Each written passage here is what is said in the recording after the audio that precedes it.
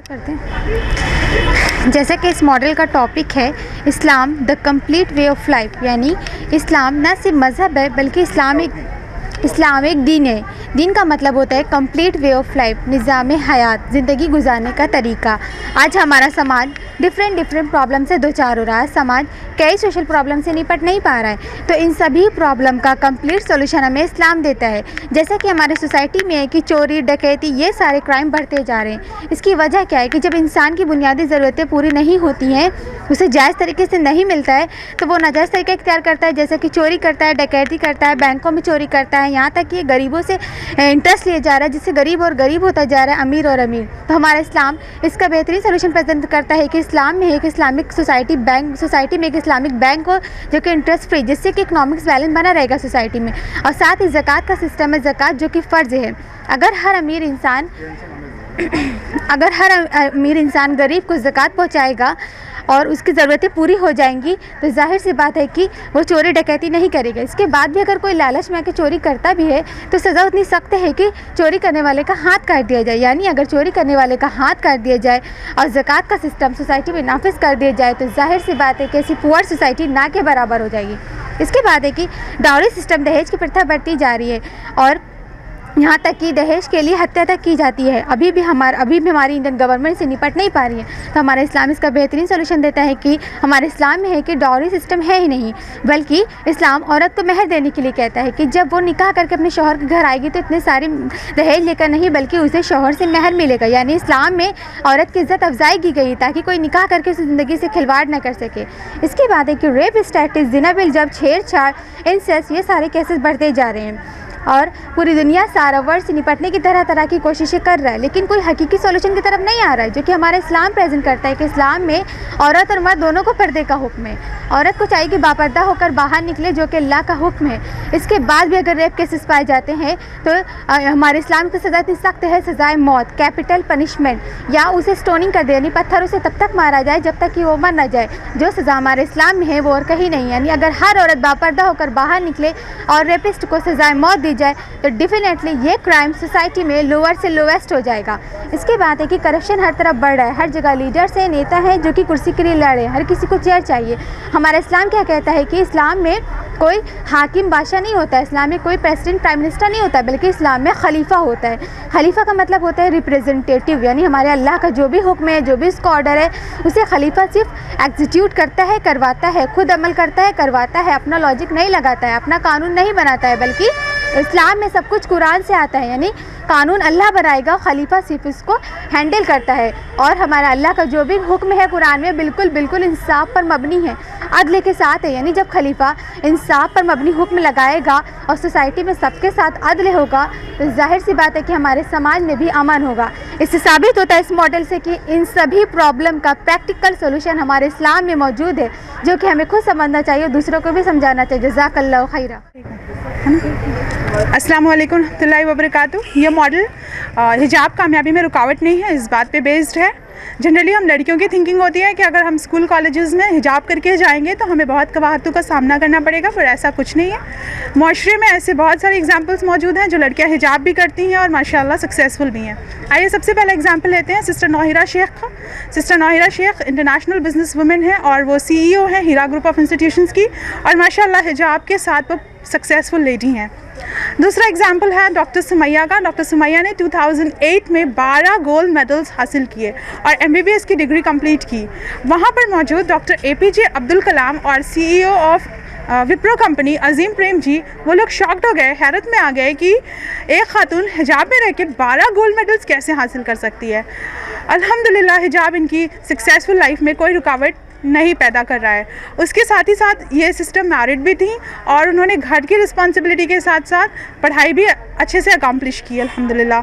Next example हम लेना चाहेंगे सिस्टर शहनाज लगारी का। सिस्टर शहनाज लगारी एक वुमेन पायलट हैं और पूरे हिजाब में रह कर के हम सब यंग लड़कियों के लिए बहुत बड़ा इंस्पिरेशन है।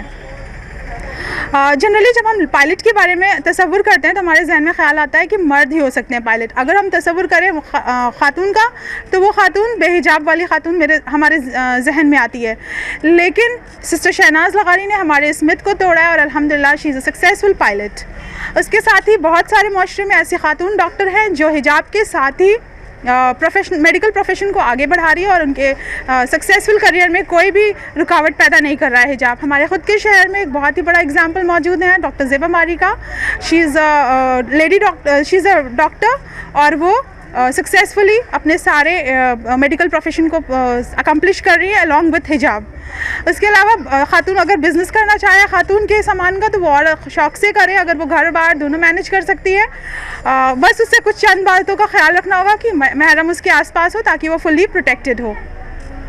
और इस तरह से क्या होगा कि खातून के सामान लेने में आसानी और आफियत होगी। इस तरह से हमने देखा कि कितनी सक्सेसफुल स्टोरीज़ हैं हमारे माशरे में जो हिजाब के साथ साथ सक्सेसफुल है और इंशाअल्लाह ताला ऐसी खातून को अल्लाह ताला जन्नत की भी बशारत देता है। आइए जानते हैं जो खातून हिजाब को छोड़ने का फ़ैसला करती है यानी हिजाब नहीं करती है उसके साथ क्या सलूक होने वाला है दुनिया और आखिरत दोनों में इस मॉडल के थ्रू। अल्लाह सुब्हानहू व तआला ने कुरान मजीद में हमें बताया कि मर्दों के फितरत में अल्लाह ताला ने औरतों का अट्रैक्शन सबसे ज़्यादा रखा है और साइंस ने भी इस बात को प्रूव किया है। तो अगर ऐसे हालत में अगर कोई खातून बिना हिजाब होकर के माशरे में जाती है तो उसके साथ कितने अब्यूज़ के केसेस हमें देखने और सुनने में मिलते हैं। हर रोज़ के न्यूज़पेपर के कॉलम्स में गैंग रेप और छेड़खानी की खबरें हर रोज़ आती हैं। Abuse cases, molestation, sexual harassment, incest cases दिन पर दिन बढ़ते चले जा रहे हैं। रेप केसेस की वजह से खातून को किस ज़हनी और जिस्मानी परेशानी का सामना करना पड़ता है उसका हम तसव्वुर ही कर सकते हैं। खातून अगर खुदा न खास्ता इस चीज़ का शिकार हो जाती है तो उसे कितने मेंटल टॉर्चर्स झेलने पड़ते हैं जैसे एंग्जाइटी, डिप्रेशन, ये सारी चीज़ों के साथ साथ उसे कितने लोगों के ताने सुनने पड़ते हैं और इतना ज़्यादा कभी कभी डिप्रेशन हद से क्रॉस हो जाता है कि वो सुसाइड केस अटैम्प्ट कर लेती है। अगर खातून खुदा न खास्ता प्रेग्नेंट हो गई तो उस बेबी को भी अबॉर्ट करना पड़ता है जो अपने आप में बहुत बड़ा गुनाह है। उसके अलावा अल्लाह सुब्हानहू व तआला ने अपनी ज़ेवरों को छुपाने का हुक्म दिया था। अगर हम उसे हिजाब के थ्रू नहीं फॉलो करेंगे तो रॉबरी के केसेस, मर्डर केसेस जो सामने आ रहे हैं वो इसी वजह से हैं क्योंकि खातून बेहिजाब होकर निकलेंगी तो उनकी ज्वेलरी भी दिखेगी और चेन स्नैचिंग वगैरह जो वारदातें हैं वो बहुत आम होती चली जा रही हैं। Along with that spoil of privatisation, अगर हम कोई भी मॉडेस्ट वुमेन ये पसंद नहीं करेगी कि उसकी फ़ोटो हर किसी की फ़ोन में हो। अगर हम बिना हिजाब लिए बाहर जाएंगे तो डेफिनेटली कोई भी इंसान हमारी फ़ोटो क्लिक करके उसे मिसयूज़ कर सकता है। इस तरह से हमारी प्राइवेट लाइफ भी स्पॉइल होती है और अगर हम हिजाब में रहते हैं तो definitely we are fully protected. Along with that ये सारी केसेस तो जहनी परेशानियाँ और कितनी सारी कबातों को लेकर आ रही है। Along with that physical problems जैसे sunburn, skin problems, hair loss problems, ये सब आजकल की लड़कियों की बहुत आम प्रॉब्लम्स हैं। जब वो डॉक्टर्स के पास जाती हैं तो डॉक्टर्स उन्हें मेडिसिन प्रिस्क्राइब करते हैं और उनके कितने साइड इफ़ेक्ट्स हो सकते हैं और डॉक्टर्स, एक्सपर्ट्स का ये भी मानना है कि अगर उन्हें परमानेंटली इस चीज़ से निजात चाहिए तो उन्हें हिजाब यानी कि ग्लव्स या फेस कवर यूज़ करना पड़ेगा ताकि वो डायरेक्ट सनलाइट के कांटेक्ट में ना आ सकें। लेकिन अगर अल्लाह सुब्हानहू व तआला ने 1400 साल पहले हमें हिजाब प्रिस्क्राइब किया था जो उससे भी बड़ा डॉक्टर है तो हम आखिर क्यों कबाहत महसूस करते हैं हिजाब करने में। इसको और अच्छे से एक्सप्लेन किया है इस सेक्शन के थ्रू। अगर हम जू में जाएंगे तो कभी भी हम खाली हाथ नहीं जाएंगे, प्रोटेक्शन लेकर साथ में जाएंगे, गन के साथ जाएंगे, गाड़ी में जाएंगे। लेकिन अगर हम ऐसी फुलिशनेस करते हैं कि हम अपनी प्रोटेक्शन अपने साथ लेके नहीं जाते तो हमारा हाल इस तरह होने वाला है जैसा कि इस खातून के साथ हुआ। उसी तरह अगर कोई खातून बेहिजाब होकर के बाहर निकलती है तो माशरे में मौजूद इंसानी शक्ल में हैवान और जानवर उसको रुस्वा करेंगे और उसके वजूद को तबाह कर देंगे। उसी तरह ये एग्जाम्पल है बल्ब का। ये बल्ब जो है आप रोशनी देने के काबिल नहीं है क्योंकि उसका प्रोटेक्टिव लेयर हटा दिया गया है। उसी तरह जो खातून बेहिजाब घूमती है उसका जो उसके साथ जो भी होता है उस वजह से अब वो इल्म और हया की रोशनी माशरे में फैलाने के काबिल नहीं रहती है। और औरत वर्ड का जो मीनिंग है वो औरा, अरबिक के औरा से बना है। औरा का मीनिंग होता है छुपाए जाने वाली शय। तो अगर हम अपने आप को औरत कहलाना पसंद करते हैं तो हमें अपने आप को छुपा के रखना चाहिए और ये सोचना चाहिए कि हम किस हद तक इस वर्ड की मीनिंग को फुलफ़िल कर रहे हैं। अगर कर रहे हैं तो किस हद तक, क्योंकि सिर्फ पब्लिक प्लेस पे जाना ही जाकर हिजाब करना ही हिजाब नहीं है, बल्कि घर में भी अगर नॉन महरम है तो उनसे भी हिजाब करना ज़रूरी है। वेस्टर्न सिविलाइजेशन हमारी लड़कियों को ये बार बार क्वेश्चन पूछता है, उन्हें ब्रेन वॉश करता है कि वाई हिजाब। आइए हम सब मिलकर इतनी सारी ख़वातों को आम कर दें और उन्हें अपनी लड़कियों को इतनी कॉन्फिडेंट बना दें कि वो क्वेश्चन पुट करें हमारी सोसाइटी से, वाई नॉट हिजाब। क्योंकि इतनी सारी ख़वातों से अल्लाह सुब्हान तआला हमें दुनिया में भी बचा रहा है और आखिरत में भी अज़ाब नार से हमें बचाने वाला है। क्योंकि अल्लाह सुब्हान तआला ने सूरह निसा सूरह नंबर 4 आयत नंबर 14 में कह दिया है, जो इंसान अल्लाह सुब्हान तआला और उसके रसूल सल्लल्लाहु अलैहि वसल्लम की हदों को क्रॉस करेगा वो जहन्नम के अज़ाब में डाला जाएगा और वो हमेशा रहेगा वहाँ पे। तो हमारी दुनिया में भी ख़वातें होंगी और आखिरत में भी होंगी। आइए हम सब मिल करके ये क्वेश्चन पुट करें, वाई नॉट हिजाब। हिजाब के साथ हम दुनिया में भी सक्सेसफुल रहें और इंशाल्लाह आखिरत में भी सक्सेसफुल रहेंगे। जज़ाकल्लाह खैर। अस्सलामु अलैकुम रहमतुल्लाहि व बरकातुहू। अस्सलामु अलैकुम वरहमतुल्लाहि व बरकातुहू। ये मॉडल इस वुमेंस राइट इन इस्लाम पर बेस है। ये प्रोपेगेंडा बहुत होता है कि इस्लाम में औरत को कोई हक़ नहीं दिया जाता। हकीकत ये है कि इस्लाम ही वाहिद ऐसा मज़हब है जिसमें औरत को सबसे ज़्यादा सबसे हाई लेवल के हुकूक़ अदा किए गए हैं। अगर हम इस्लाम में औरतों के हुकूक़ को ब्रॉडली डिवाइडेड करें तो उन्हें 6 ब्रॉड कैटेगरी में डिवाइड कर सकते हैं। First of all, spiritual rights की जब हम बात करें तो इस्लाम में एक इबादत का जितना सवाब एक मर्द को है उतना ही औरत के लिए है। यानी 2 रकात सलाह पढ़ के जितना मर्द एक अज्र पाएगा उतना ही उस 2 रकात सलाह के बदले एक औरत भी अज्र पाएगी। स्पिरिचुअल राइट दोनों के बराबर हैं। अल्लाह ताला ने सूरह आल इमरान आयत नंबर 195 और सूरह निसा आयत नंबर 124 में इसकी वजाहत की है कि जो भी नेक अमल करेगा, ख्वाह वो मर्द हो या औरत, जन्नत में दाखिल होंगे और उनके साथ ज़रा भी हक़ तलफ़ी नहीं की जाएगी। इकोनॉमिकल यानी फाइनेंशियल राइट्स की जब हम बात करें तो इस्लाम ही वो मज़हब ऐसा है जिसने सबसे पहले औरत को प्रॉपर्टी में हिस्सा दिलाया और हर हैसियत से हिस्सा दिलाया, ख्वाह वो बेटी हो, बहन हो, बीवी हो या फिर माँ हो, हर तरह से वो तरके में हिस्सेदार है। डाउरी सिस्टम को बिल्कुल नापसंद किया और महर का कॉन्सेप्ट रखा, यानी लड़की लेके ना आए बल्कि लड़की को दिया जाए और ये जो कुछ भी उसको मिलता है ये उसकी अपनी ज़ाती मिल्कियत होती है। उसमें उस पर किसी की कोई जिम्मेदारी नहीं होती कि वो उसे किसी की किफ़ालत करनी है। वो चाहे तो खर्च करे और चाहे तो ना खर्च करे। लीगल राइट्स की जब हम बात करें तो किसी जुर्म की जो सज़ा एक मर्द को मिलेगी उसी जुर्म की सज़ा औरत के लिए भी बिल्कुल बराबर है। यानी सज़ा के मामले में दोनों बराबर के हैं। बल्कि इस्लाम ने तो औरत की इज़्ज़त की इतनी फ़िक्र की है कि उसकी इज़्ज़त पे 4 ताले लगाए हैं। यानी अगर कोई शख्स किसी औरत पर बहतान लगाता है तो उसे अपनी बात को साबित करने के लिए 4 गवाह पेश करने होंगे। ये 4 गवाह में से कोई भी अगर झूठा साबित होता है तो उसे 80 कोड़े की सज़ा है, प्लस आइंदा कभी किसी मामले में उसकी कोई गवाही नहीं ली जाएगी। इस तरह का हाई लेवल का राइट किसने दिया? इस्लाम के अलावा किसने इस औरत की इज़्ज़त की इतनी फ़िक्र की? सोशल राइट्स की जब हम बात करें तो फर्स्ट ऑफ़ ऑल एक लड़की को जीने का हक़ दिया गया, वरना लड़कियां पैदा होती थीं और ज़िंदा गाड़ दी जाती थीं। आज भी कुछ सोसाइटी में लड़की का पैदा होना नापसंद किया जाता है। कोशिश होती है पता भी चल जाए कि लड़की पैदा होने वाली है तो कोशिश रहती है कि लड़की पैदा ही ना हो। निकाह के मामले में भी जिस तरह लड़का अपनी इजाज़त अपनी रज़ा देने का हक़ रखता है, लड़की भी पूरी हक़दार है। यानी निकाह होगा तो पूरी तरह से दोनों की रज़ा से ही होगा। उसी तरह अगर कोई अपनी मैरिज लाइफ से खुश नहीं है तो जिस तरह लड़कों को हक़ है डिवोर्स का, उसी तरह लड़की भी खुला ले सकती है। बिल्कुल इक्वल राइट्स यहाँ पे मिल रहे हैं। माँ की हैसियत से तो इस्लाम ने औरत को बहुत ही ऊंचा मकाम दिलाया है। एक माँ अपनी औलाद की तरफ से हुस्न सलूक के मामले में 3 गुना ज़्यादा हक़ रखती है बाप की बनिस्बत। माँ को इस तरह से औरत को माँ की हैसियत से किसने अपराइट किया? बल्कि आज तो माँ बूढ़ी हो जाए तो बोझ समझी जाती है और ओल्ड एज होम भेजी जाती है। क्रिश्चियनिटी में तो इसे कर्ज समझा जाता है माँ बनने को, लेकिन इस्लाम तो इसे इज़्ज़त दे रहा है। एजुकेशनल राइट्स की जब हम बात करें तो आज बहुत ज़्यादा मूवमेंट हो रहे हैं कि लड़कियों को पढ़ने का भी हक़ है, ये उनका हक़ है, उन्हें पढ़ाना चाहिए। इस्लाम में इल्म के मुतालिक जो कहा गया है, इब्न माजा की हदीस है रसूलुल्लाह सल्लल्लाहु अलैहि वसल्लम ने फरमाया तलबुल इल्म फरीज़तुन अला कुल्ली मुस्लिम, इल्म हासिल करना हर मुसलमान पर फ़र्ज़ है, सिर्फ मर्द पे या सिर्फ औरत पे फ़र्ज़ नहीं है। और वो भी तब कहा जा रहा है 1400 साल पहले, जब सिर्फ गिनती के कुछ मर्द पढ़े लिखे पाए जाते थे।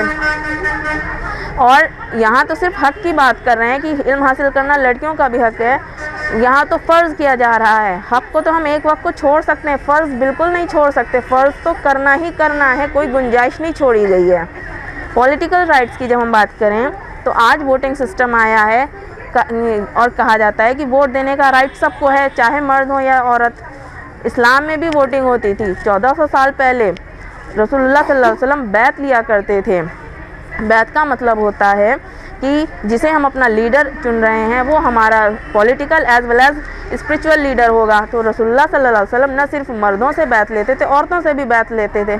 इतने सारे हुकूक हैं और इस हाई लेवल के हुकूक हैं जिनके बारे में आज की मॉडर्न सोसाइटी जो वुमेंस राइट की बात करती है सोचा तक नहीं है। इस्लाम उसे दे चुका है औरत को, इतने ऊंचे दर्जे से औरत को अपराइट किया है इस्लाम ने। लेकिन इस गलती ये है कि हम इससे वाकिफ़ नहीं हैं, अमल पैरा नहीं है, मौका दूसरों को मिलता है और वो इस्लाम जैसे खूबसूरत दीन को बदनाम करते हैं कि इस्लाम में औरत को हक़ नहीं मिला। हमें चाहिए कि हम अपने हक़ को पहचानें, अल्लाह का ज़्यादा से ज़्यादा शुक्र करें और दूसरों को मौका ना दें कि वो इस्लाम जैसे खूबसूरत दीन को बदनाम करें। अस्सलामु अलैकुम वरहमतुल्लाहि वबरकातुहू। अस्सलाम वालेकुम वरहमतुल्लाहि वबरकातुहू। कुछ लोग अल्लाह को नहीं मानते क्योंकि बिना देखे उनको यकीन नहीं, यानी एथिज्म पर बिलीव करते, means there is no God. और अक्सर खुदा पर यकीन रखने वालों के जहन में भी ये क्वेश्चन आता है। मैं अपने इस मॉडल के ज़रिए कुछ मिसालों के साथ आपको बताऊंगी कि अल्लाह पर यकीन कैसे किया जाए। हम इंसानों में अकल है ना? क्या कभी हमने अकल देखी? नहीं। बिना अकल देखे हमने निशानी से माना। निशानी क्या है कि अगर अकल ना होती तो हम पागल होते। इसी तरह हमारे जिस्म में रूह है ना? क्या कभी हमने रूह देखी? नहीं। बिना रूह देखे हमने निशानी से माना। और निशानी क्या है कि अगर रूह ना होती तो हमारा जिस्म एक लाश होता। इसी तरह डॉक्टर को हम उसकी निशानी यानी तजुर्बे से उसको डॉक्टर मानते हैं। ना कभी हमने इसको कॉलेज जाते देखा, ना कभी उनकी डिग्री देखी। एक छोटी सी मिसाल की, हमने एक घर देखा लेकिन इसके बनाने वाले वर्कर्स को नहीं देखा, फिर भी यकीन है कि इसको किसी ने तो बनाया होगा। और ये एक ऐसी मिसाल है जिसको लेमैन यानी जाहिल लोग भी मानेंगे। मान लीजिए जंगल में आपने अपने सामने एक हिरन देखी, लेकिन पैरों के निशान देखकर आपने कहा कि घोड़े के हैं। सामने हिरन होने के बावजूद घोड़े के निशान माने क्यों? निशानी देखकर।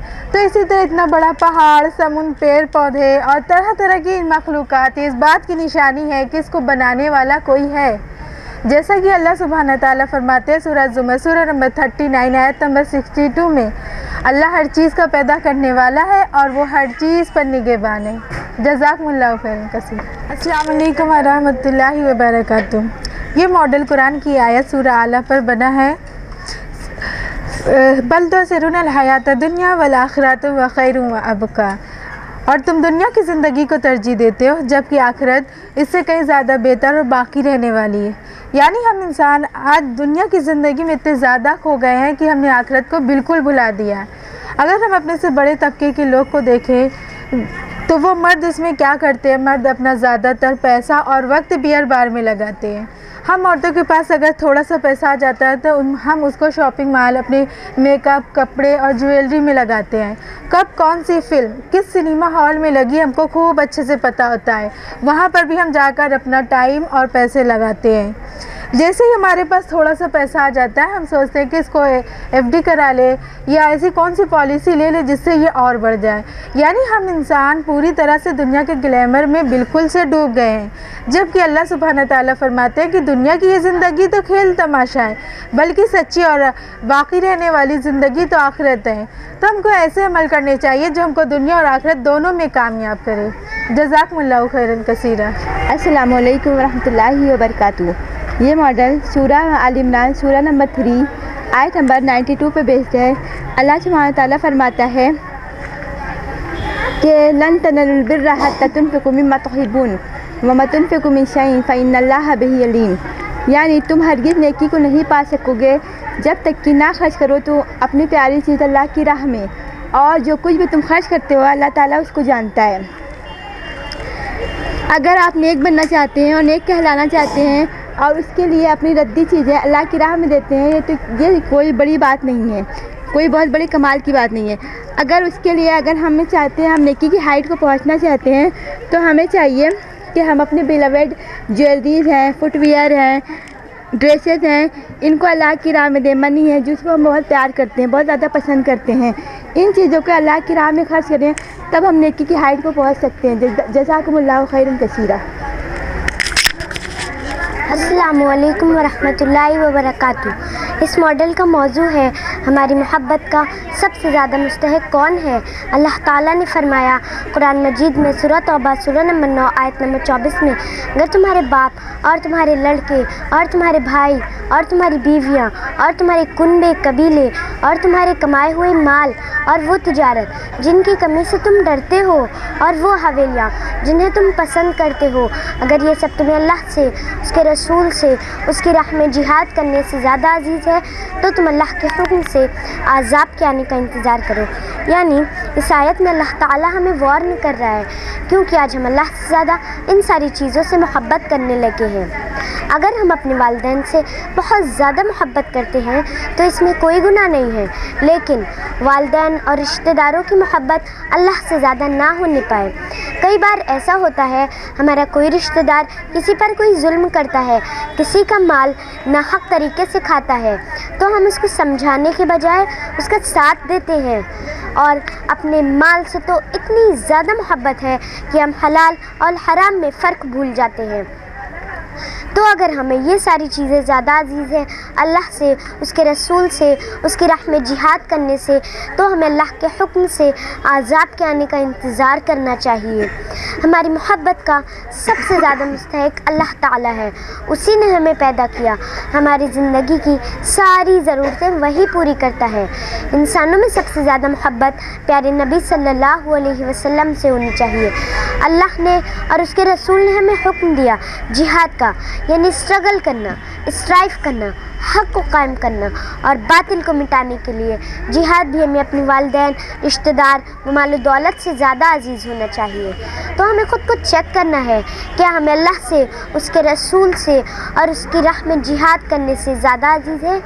जज़ाकुमुल्लाहु खैरन, अस्सलामु अलैकुम वरहमतुल्लाहि वबरकातुहू। अस्सलामु अलैकुम वरहमतुल्लाहि वबरकातुहू। ये मॉडल कुरान मजीद के एक सूरा पर मबनी है, जिसमें अल्लाह ताला ने हम सब को नुकसान से बचने का तरीक़ा बताया है। कितने लोग हैं जो नुकसान से बचना चाहेंगे? यकीनन सभी लोग नुकसान से बचना चाहेंगे। अल्लाह ताला कसम खाकर कह रहा है सूरा अस्र में, सूरा नंबर 103 वर्स नंबर 1 to 3, वल अस्र, कसम है ज़माने की, कसम है वक्त की। अल्लाह ताला वक्त की कसम खाकर कह रहा है, क्या कह रहा है? इन्नल इंसान लफ़ी खुस्र, यकीनन सारे के सारे इंसान खसारे में हैं। और नुकसान से कैसे लोग बच सकेंगे? जिनके अंदर ये चार चीज़ें पाई जाएं। इल्लल्लज़ीना आमनू, सिवाय उन लोगों के जो ईमान लाए, व अमिलुस्सॉलिहात, और नेक अमल किए, व तवासौ बिल हक़, और ख़ुद भी हक़ पर जमे रहे और दूसरों को भी हक़ की तरफ बुलाया, व तवासौ बिस्सब्र, और ख़ुद भी सब्र किया और दूसरों को भी सब्र की तरफ बुलाया। सबसे पहली चीज़ क्या है? जो ईमान लाए, और ये ईमान सिर्फ ज़ुबानी ना हो बल्कि दिल से उसकी तस्दीक होनी चाहिए। हर खुशी व गम में अपने रब को याद करें, उसके साथ किसी को शरीक ना करें, अल्लाह के हर फैसले पर उसकी रज़ा में राज़ी रहें। ऐसा ईमान हो अपने रब पर। दूसरी चीज़ है नेक काम करें, अल्लाह की खुशी और नाराज़गी ख्याल रखते हुए काम करें, बंदों की हुकूक अदा करें, लोगों के साथ ihसान का मुआमला करें। और तीसरी चीज़ है ख़ुद भी हक़ पर जमे रहें और दूसरों को भी हक़ की तरफ बुलाएं। ना तो खुद हक़ से इन्हिराफ करें, ना खुद गलत फैसले करें, ना दूसरों को गलत रास्ते पर जाता हुआ छोड़ दें। हम खुद भी हक़ पर जमे रहें और दूसरों को भी हक़ की तरफ बुलाएं। और चौथी चीज़ है ख़ुद भी सब्र करें और दूसरों को भी सब्र की तरफ बुलाएं। ख़ुद भी परेशानियों में, दुख में, तकलीफ़ के वक्त सब्र करें, और हमारा कोई मुसलमान भाई, हमारी कोई बहन किसी भी तकलीफ़ में हो तो उसे उस वक्त सब्र की ताकीद करें। ये बहुत ही अहम चीज़ है, और दावत व तबलीग के काम में तो ख़ास करके हमें सब्र की ज़रूरत पड़ेगी। अल्लाह ताला हमें इन चारों चीज़ों पर मुकम्मल अमल करने की तौफ़ीक़ अता फ़रमाए। आमीन। जज़ाकुमुल्लाह खैरा। वस्सलामु अलैकुम वरहमतुल्लाहि वबरकातुहू। अस्सलाम वालेकुम रहमतुल्लाहि व बरकातुहू। ये मॉडल एक हदीस पर मबनी है। बैक़ी की हदीस है, रसूलुल्लाह सल्लल्लाहु अलैहि वसल्लम ने फरमाया कि हिजरत करने वाला दरअसल वो है जो ख़ताओं और गुनाहों से दूर हो जाता है। हिजरत का माना होता है एक जगह से दूसरी जगह मुंतकिल होना, यानी जैसे कि सहाबा किराम रज़ियल्लाहु अन्हु ने नबी करीम सल्लल्लाहु अलैहि वसल्लम के साथ अपने घर बार, माल और दौलत, ऐश व आराम, इन तमाम चीज़ों को छोड़ के अल्लाह के दीन के लिए मक्का से मदीना की हिजरत की। तो आज हम ये ना सोचें कि ये सवाब हमें कैसे हासिल हो सकता है। तो ये हदीस हमारे लिए खुशखबरी है। अगर आज हमारे समाज में जो छोटे छोटे गुनाह हो रहे हैं, छोटे बड़े, अगर इन सब को छोड़कर हम नेकी के रास्ते पे चल लें तो इंशाल्लाह हमें हिजरत जैसे सवाब के मुस्तहिक बन सकते हैं। हालांकि इन चीज़ों को छोड़ने के लिए हमें अपनी नफ्स पे कंट्रोल करना पड़ेगा, लेकिन जब आप एक बार ठान लेंगे तो इंशाल्लाह ऐसा कर सकेंगे। तो अल्लाह सुब्हानहू तआला हम सब को हिजरत जैसे सवाब का मुस्तहक बनाए। आमीन। जज़ाकुमुल्लाहु खैर। अस्सलामु अलैकुम वरहमतुल्लाहि वबरकातुहू। ये मॉडल कुरान मजीद की आयत पर बना है। अल्लाह ताला फरमाता है, सूरह फातिहा सूरह नंबर 1 आयत नंबर 5, जो कि हम हर नमाज में पढ़ा करते हैं और ये दुआ करते हैं, इहदिनस सिरातल मुस्तकीम, हमें सीधा रास्ता दिखा। और जिसके जवाब में अल्लाह ताला ने हमें पूरा का पूरा कुरान दे दिया। अगर हम इस कुरान को थामे रहेंगे, इसी कुरान के मुताबिक अपनी दुनिया की ज़िंदगी गुजारेंगे, तो हम इसी तरह बिल्कुल सीधे रास्ते पर होंगे और ये सिरात मुस्तकीम हमें जन्नत तक ले जाएगा, जो कि नेमतों से भरी हुई है। और अगर हम इस कुरान को छोड़ देते हैं तो हम सिरात मुस्तकीम से भटक जाते हैं। अल्लाह ताला फरमाता है, सूरह नूर सूरह नंबर 24 आयत नंबर 21, या अय्युहल्लज़ीना आमनू ला तत्तबिउ खुतवातिश शैतान, ईमान वालो शैतान के कदम बा कदम ना चलो। जो शख्स शैतानी कदमों की पैरवी करता है वह बेहयाई और बुरे कामों का ही हुक्म करेगा। यानी अगर हम शैतान की पैरवी करेंगे तो वह हमें सिरात मुस्तकीम से भटका देगा और गुमराह करके छोड़ेगा। शैतानी रास्ते बज़ाहिर बड़े अट्रैक्टिव मालूम होते हैं, मगर ये धोखे के सिवा और कुछ नहीं, और गुमराही के हर रास्ते का एंड फाइनली जहन्नम की आग है। एक चीज़ और काबिल गौर है, वह यह है कि हिदायत का रास्ता सिर्फ एक है, जो कि निहायत सीधा है। इस राह पर चलकर हम हमेशा यूनाइट रहेंगे, और गुमराही के रास्ते बेशुमार हैं। उस राह पर जाने पर हमारा इत्तेहाद ख़त्म हो जाता है। जाहिर है इत्तेहाद ख़त्म होते ही हमारी ताकत भी जाती रहती है। अब नतीजा हमारे सामने है। अब चॉइस हमारी अपनी है कि हम सिरात मुस्तकीम पर चलकर दुनिया में अमन व सुकून और आखिरत में अब्दी नेमतों से मालामाल होना चाहते हैं, या शैतान के इन कजराहों पर चलकर दुनिया में बदअमनी और आखिरत में आग के अज़ाब से दो चार होना चाहते हैं। जज़ाकुमुल्लाहु खैर। अस्सलामु अलैकुम वरहमतुल्लाहि वबरकातुहू। This model is based on one hadith. It mentioned in Tirmizi that Prophet Muhammad sallallahu alaihi wasallam said, 5 things are obligatory for you. First, remain in groups. This means that we should remain united and support each other because unity in strength. Second, listen. And third, obey, that is we should listen and obey the commands of Allah, Rasulullah and Amir Jama, that is the leader of the groups. It will be fleshly beneficial for us. Fourth, migrate for the sake of Allah. This means that we should have the courage to leave everything for the sake of Allah, our Lord. And fifth, strive in the way of Allah. Obey, that is we should try our best to struggle for promoting peace, establishing truth and work for the upliftment of humanity. May Allah give us hidayah our Prophet wanted us to do. Jazakumullahu khaira. अस्सलामु अलैकुम वरहमतुल्लाहि वबरकातुहू। ये model Quran की आयत सूरह अंबिया सूरह नंबर 21 आयत नंबर 1 में अल्लाह सुब्हानहू व तआला फरमाते हैं, इक़्तरब लिन्नास हिसाबहुम वहुम फ़ी गफ़लतिन मुरिज़ून। लोगों के हिसाब का वक्त आ गया है और लोग हैं कि गफलत में मुँह मोड़े हुए हैं। यानी कुरान की आयत और आप सल्लल्लाहु अलैहि वसल्लम की हदीस में पता करें तो पता चलता है कि क़यामत करीब ही है और हर इंसान की क़यामत शुगरा यानी उसकी मौत बरहक है, मगर इंसान है कि अपना कीमती वक्त आखिरत को संवारने और अपने हिसाब किताब को आसान बनाने की कोई भी कोशिश नहीं कर रहा है। कोई है कि शराब नवेशी में मगन है जो कि हराम है, कोई फेसबुक पर बिज़ी है तो कोई बेड रेस्ट कर रहा है तो कोई टीवी पर बिज़ी है। टीवी तो हर घर के हर मेंबर को घंटों खा जाती है। और इंसान का वक्त इतनी तेज़ी से गुजर रहा है लेकिन उसको ज़रा भी होश नहीं है, फिर भी वो अपनी गफलतें भरी ज़िंदगी गुजार रहा है। और जबकि ये दुनिया एक दिन ख़त्म हो जानी है, फ़ना हो जानी है। तो अगर हम इस कीमती वक्त को अल्लाह की फरमाबरदारी में लगाएं, अल्लाह की रज़ा हासिल करने में लगाएं, तो इंशाअल्लाह जो हमारे आखिरत में हिसाब व किताब होंगे बहुत ही आसानी से होंगे। जज़ाकुमुल्लाहु खैरन। अस्सलामु अलैकुम व रहमतुल्लाहि व बरकातुहू। बिस्मिल्लाहिर्रहमानिर्रहीम। This model is based on the concept of dunya, that is this world, and akhirah, that is the next world. In this world, many times we find it difficult to do good deeds. There are a number of distractions and opposite forces present in our environment, including our own nafs and shaitan, which try to divert us from the straight path. For example, they prevent us from enjoying good, forbidding evil, being patient, forgiving others, doing charity, respecting and obeying our parents, following Quran, etc.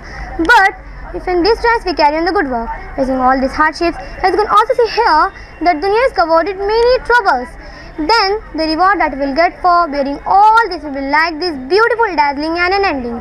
So we have to realize that though we will find it difficult to do neki, but we have to carry it on, and then Allah subhanahu wa ta'ala will reward us with the best for our efforts. इंशाअल्लाह जज़ाकुमुल्लाहु खैरन। अस्सलामु अलैकुम वरहमतुल्लाहि वबरकातुहू। ये model Quran की सूरह 3 की एक आयत पर बेस्ड है। अल्लाह सुब्हानहू तआला ने इंसान को सबसे बेहतरीन साख पर उतारा है। पहाड़, पेड़ पौधे, चरिंद परिंद, आसमान में रहने वाली जितनी भी चीज़ें, उन सब से अहम दर्जे पे इंसान को उतारा गया है। इल्म, फ़हम, अक़ल की हिकमत और नेमतें इंसान को दी है, ना कि इनमें से किसी को। जैसा कि कुरान में आया है सूरह नंबर 95 आयत नंबर 4 और 5, लक़द खलक़ना इंसाना फ़ी अहसन तक़वीम सुम्मा लददनाहुम अस्फ़ल साफ़िलीन। बिलासुबा हमने इंसान को सबसे बेहतरीन साख पर उतारा, फिर उसे पस्तरीन हालात की तरफ फेर दिया। अल्लाह सुब्हानहू तआला ने इंसान को अशरफुल मखलूक़ात बनाया, लेकिन वो अपनी बदआमियों की वजह से नीचों से नीचा हो गया, जिसका आखिरी मुकाम जहन्नम की आग और मुसलसल अज़ाब है। इंसान जब दुनिया में आता है तो वो कुरान से दूर भागता है, और इस कर दूर भागता है कि वह गफलत की ज़िंदगी में असर करने लगता है, और गफलत की ज़िंदगी में आते ही वो ज़िना और सूद जैसे और नाजायज़ कामों में आगे बढ़ने लगता है। उसे ज़िना और सूद में हराम हलाल का फ़र्क नहीं समझ में आता है।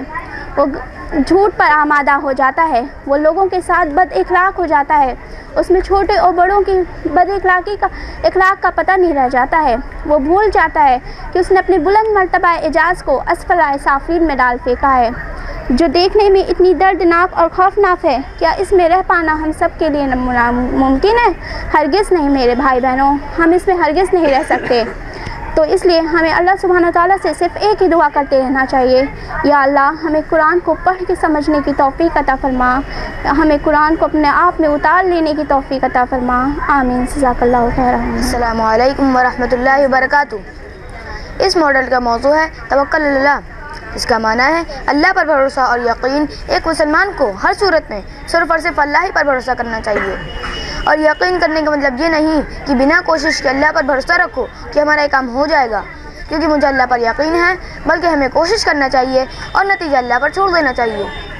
हमारा इस बात पर भी ईमान होना चाहिए कि अल्लाह ज़राए असबाब का मोहताज नहीं है, कि ज़राए अल्लाह के मोहताज है। इनफैक्ट ज़राए असबाब नज़र न आने की सूरत में भी अल्लाह पर भरोसा करना ही अस्तग़फ़िरुल्लाह है।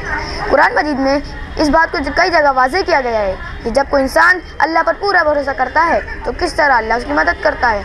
इस मॉडल के ज़रिए आप ये देख सकते हैं कि किस तरह मूसा अलैहिस्सलाम ने अल्लाह पर भरोसा करके ही बनी इसराइल को लेकर दरिया पार कर जाते हैं, और जब फ़िरौन अपना पूरा लश्कर लेकर उनका पीछा करने की कोशिश करता है तो फ़िरौन के साथ उसका पूरा लश्कर गर्क हो जाता है। उसी तरह जब मोहम्मद सल्लल्लाहु अलैहि वसल्लम को हिजरत पेश आई तो गारे सौर में पनाह ली। दुश्मन वहाँ तक पहुँच चुके थे और आपके खून के प्यासे थे। अबू बकर रज़ियल्लाहु अन्हु फरमाते हैं, या रसूलल्लाह, अगर इन्होंने पैर तक भी अपनी नज़र की तो हम इन्हें नज़र आ जाएंगे। अल्लाह के रसूल पूरे इत्मीनान के साथ फरमाते हैं, गम मत करो, अल्लाह हमारे साथ है। और हम बखूबी वाकिफ़ हैं कि गारे सौर के मुँह पर मकड़ियाँ जाला बुन दिया और कबूतर ने अंडे दे दिए। कुफ़ार मक्का धोखा खा गए और इस तरह अल्लाह ने उनकी हिफाजत की। ग़ज़वे बद्र भी तवक्कुल अल्लाह की बेहतरीन मिसाल है। किस तरह 313 मुसलमान बेसाज़ो सामानी हालत में भी 1000 दुश्मनों पर भारी पड़ गए। अल्लाह ने उन्हें अजीम फ़तह नसीब की, और ये वो लोग थे जज्बात पर नहीं बल्कि अल्लाह पर भरोसा करते थे। अल्लाह सुब्हानहू तआला कुरान मजीद में फरमाते हैं, सूरह तलाक़ चैप्टर नंबर 65 आयत नंबर 3, वमन यतवक्कल अल्लाह फहुव हस्बुहु। जब कोई इंसान अल्लाह पर पूरा भरोसा करता है तो अल्लाह उसके लिए काफ़ी हो जाता है। अल्लाह सुब्हानहू व तआला हम सबको तौफीक अता फरमाए कि हम उस पर कामिल भरोसा और तवक्कल कर सकें। आमीन। जज़ाकुमुल्लाहु खैरा। अस्सलामु अलैकुम वरहमतुल्लाहि वबरकातुहू। ये model discipline of small creature में बेस्ड है। अल्लाह ताला ने हम इंसानों को अशरफुल मखलूक़ात बनाया, बेस्ट ऑफ द क्रिएशन, और हमें कई अलग सलाहियतें बख्शी, जिसकी वजह से हमें सबसे ज़्यादा मुनज़्ज़म यानी वेल डिसिप्लिन होना चाहिए था। लेकिन इसके बावजूद हम में से अक्सर लोग तंजीम या डिसिप्लिन को कोई अहमियत नहीं देते। हमें गौर करना चाहिए अल्लाह ताला की छोटी छोटी मखलूक के वे ऑफ लिविंग पर। उनमें से एक है शहद की मक्खी। उसके मुताबिक अल्लाह ताला ने कुरान मजीद में फरमाया, सूरह नहल सूरह नंबर 16 आयत नंबर 68 और 69 में, और देखो तुम्हारे रब ने शहद की मक्खी पे बात वही कर दी कि पहाड़ों में और दरख्तों में टीलों पर चढ़ाई गई बेलों में अपने छत्ते बना और हर तरह के फूलों का रस चूस और अपने रब की हमवार की राहों पर चलती रहे। इस मक्खी के अंदर से एक रंग बिरंगा शरबत निकलता है जिसमें शिफा है लोगों के लिए, यकीनन इसमें भी एक निशानी है उन लोगों के लिए जो गौरव करते हैं। हनी बीज वेल डिसिप्लिन सोशल लाइफ बिताती हैं। उनमें क्वीन, ड्रोन्स, वर्कर 3 टाइप की बीज होती हैं। वर्कर बी का काम होता है फूलों से नेक्टर कलेक्ट करना, नेक्टर रिसीव करके शहद बनाना, छत्ते की सफाई करना वगैरह। ये सब काम वर्कर बीज वाले ऑर्गेनाइज मैनर से करती हैं। तब जाके हमें न्यूट्रिशियस और मेडिकल क्वालिटीज़ वाला खाने नसीब होता है। अगर शहद की मक्खी अल्लाह ताला के हुक्म की नाफरमानी करें और डिसिप्लिन में काम ना करें तो शहद जैसी कीमती चीज़ हमको कभी नहीं बना सकते। हनी बीज के अलावा आपके घरों में कतार में जा रही चीज़ों को तो आप सभी ने देखा होगा। कभी तो तादाद में इंसानों को बगैर किसी एक्टिव मैनेजमेंट के कतार में जाते देखा है। और हमारी छोटी तादाद को क्यों में रखने के लिए रेलवे स्टेशन पर टिकट विंडो के पास रेलिंग्स लगी होती हैं। क्या हमारा डिसिप्लिन नन्ही नन्ही चिट्ठी से भी गया गुजरा है? चीटें न सिर्फ कतारों में चलती हैं बल्कि खतरे की आड़ पाते ही दूसरी चीज़ों को आगाह कर देती हैं। खाने में कुछ पता चल जाता है तो फौरन साहिब रादे में खबर रहती है। इनका कम्युनिकेशन बहुत स्ट्रांग होता है। चीटी का जिक्र कुरान मजीद में भी आया है, बल्कि सूरह नंबर 27 का नाम ही है अन्नाम चीटी। और इसी तरह टर्माइट या दीमक भी अपनी लाइफ बिताता है। इस मॉडल के जरिए हमें यह टीचिंग मिलती है कि अल्लाह ताला के स्मॉल क्रिएचर के डिसिप्लिन को देख के हमें इबरत हासिल करनी चाहिए। इस्लाम एक मुकम्मल निज़ाम हयात है और हमें डिसिप्लिन में रहना सिखाता है। लिहाजा हम अपने और अपने घर वालों की ज़िंदगी में डिसिप्लिन कायम करें। जज़ाकुमुल्लाहु खैरा। अस्सलामु अलैकुम वरहमतुल्लाहि वबरकातुहू। ये मॉडल आज जब भी हम साइंस या साइंटिस्ट नाम सुनते हैं तो हमारे जहनों में वेस्टर्नर्स और यूरोपियंस आते हैं, जबकि जब टर्म साइंस या साइंटिस्ट एग्जिस्ट नहीं करता था तब मुस्लिम्स थे साइंस के लीडर। 7 से 15 सेंचुरी तक Muslims were the leaders of science. और ये जो वेस्टर्नर्स थे, यूरोपियंस थे, ये एक्चुअली में स्टूडेंट्स हुआ करते थे अरब के लोगों से ये साइंस सीखते थे और इन्हें साइंस की किताबों को पढ़ने के लिए अरबिक सीखनी पड़ती थी। और आज जस्ट उल्टा है, आज हमें साइंस पढ़ने के लिए उनकी ज़ुबान सीखनी पड़ती है, हमें इंग्लिश सीखना पड़ता है। और ये लोग क्या करते थे, इनकी ज़ुबानों में यानी कि अरबिक में जो किताबें लिखी जाती थी साइंस की, इनको अपनी ज़ुबानों में ट्रांसलेट कर लेते थे। और उसके बाद इनकी एक चाल थी, कॉन्स्पिरेसी थी कि ये उन किताबों के जो साइंस की किताबें होती थी उनके ऑथर्स के नेम को भी वेस्टर्नाइज कर देते थे और या तो फिर किसी और के दरियाफ्त का सेहरा किसी और के सर बांध देते थे। जैसे हम सब जानते हैं father of blood circulatory system William Harvey को, बट एक्चुअल में विलियम हार्वे से 600 साल पहले इब्न नफीस ने ब्लड सर्कुलेटरी सिस्टम को डिस्कवर कर लिया था। 600 साल पहले, यानी कि इब्न नफीस के दरियाफ्त का सेहरा विलियम हार्वे के सर बांध दिया गया। इसी तरह एक दूसरी कॉन्स्पिरेसी हुई, उसके तहत मुस्लिम साइंटिस्ट के नेम को वेस्टर्नाइज कर दिया गया। जैसा कि हम सब जानते हैं फादर ऑफ मेडिसिन एविसेना को, बट एक्चुअल में एविसेना का जो एक्चुअल नेम है वो है अली इब्न सीना। इनके भी नाम को वेस्टर्नाइज कर दिया गया, अली इब्न सीना के नाम को वेस्टर्नाइज करके एविसेना कर दिया गया और आज दुनिया इन्हें एविसेना के नाम से जानती है। यूरोप के मेडिकल कॉलेज में आज भी अली इब्न सीना की पोर्ट्रेट लगी हुई है, लेकिन नाम उसके नीचे लिखा हुआ है एविसेना। उसी तरह फादर ऑफ केमिस्ट्री हम गैबर को जानते हैं, बट एक्चुअल में Geber was the westernize name of Jabir ibn Hayyan. Jabir से उनको गैबर कर दिया, यानी कि इनके नाम को भी वेस्टर्नाइज कर दिया। उसी तरह हम सब जानते हैं स्टीम इंजन को इन्वेंट करने वाले पहले शख्स जो थे वो जेम्स वाट थे, बट जेम्स वाट से 200 ईयर्स बिफोर जकीउद्दीन नाम के साइंटिस्ट ने स्टीम इंजन को इन्वेंट कर लिया था। उसी तरह first aviator Leonardo da Vinci थे, या राइट ब्रदर्स को हम जानते हैं, बट लियोनार्डो दा विंसी से 400 ईयर्स बिफोर अब्बास इब्न फरनास ने स्पेन के कुर्तुबा शहर में पहली 5 मिनट की कामयाब उड़ान भरी थी और नाम आज हम जानते हैं लियोनार्डो दा विंसी का है, जबकि लियोनार्डो दा विंसी ने 400 ईयर्स बाद पहला एविएटर बनाया। तो ये सारे कुछ साइंटिस्ट के नेम हैं जिनमें ये बताया गया है कि किन किन साइंटिस्ट के नेम को वेस्टर्नाइज किया गया, किसके साथ क्या क्या कॉन्स्पिरेसीज हुई। तो ऐसा इसलिए किया गया है क्योंकि हम मुसलमानों की आइडेंटिटी जो मुस्लिम साइंटिस्ट के तौर पे है वो ख़त्म कर दी जाए और हम मुस्लिम्स फिर से तारीकी में चले जाएं। और आज के मॉडर्न एरा में लोग कहते हैं कि मुस्लिम और साइंस के बीच में कोई कंपैटिबिलिटी नहीं है, ये एक मिसकंसेप्शन है, गलत फहमी है। एक्चुअली में मुस्लिम साइंस के इमाम हुआ करते थे जब साइंस वर्ल्ड एग्जिस्ट नहीं करता था। अब गौर करने की बात यह है कि ये ऐसा कौन सा कि ये वो मुसलमान थे जिन्हें कुरान का इल्म था, जो कुरान की आयतों पे तदब्बुर करते थे। कुरान में 6000 से ज़्यादा आयतें ऐसी हैं जिनमें निशानियां बयान की गई हैं और 1000 से ज़्यादा आयतें ऐसी हैं जो साइंटिफिक फैक्ट से रिलेटेड निशानियां बयान करती हैं। यानी कि कुरान में 6000 से जितनी भी आयतें हैं उन सब पे जब गौर व फिक्र किया तो मुस्लिम्स ने इतने बड़े बड़े इन्वेंशंस और डिस्कवरीज की सिर्फ कुरान की आयत को पढ़कर, क्योंकि तब तो साइंस वर्ल्ड भी एग्जिस्ट नहीं करता था।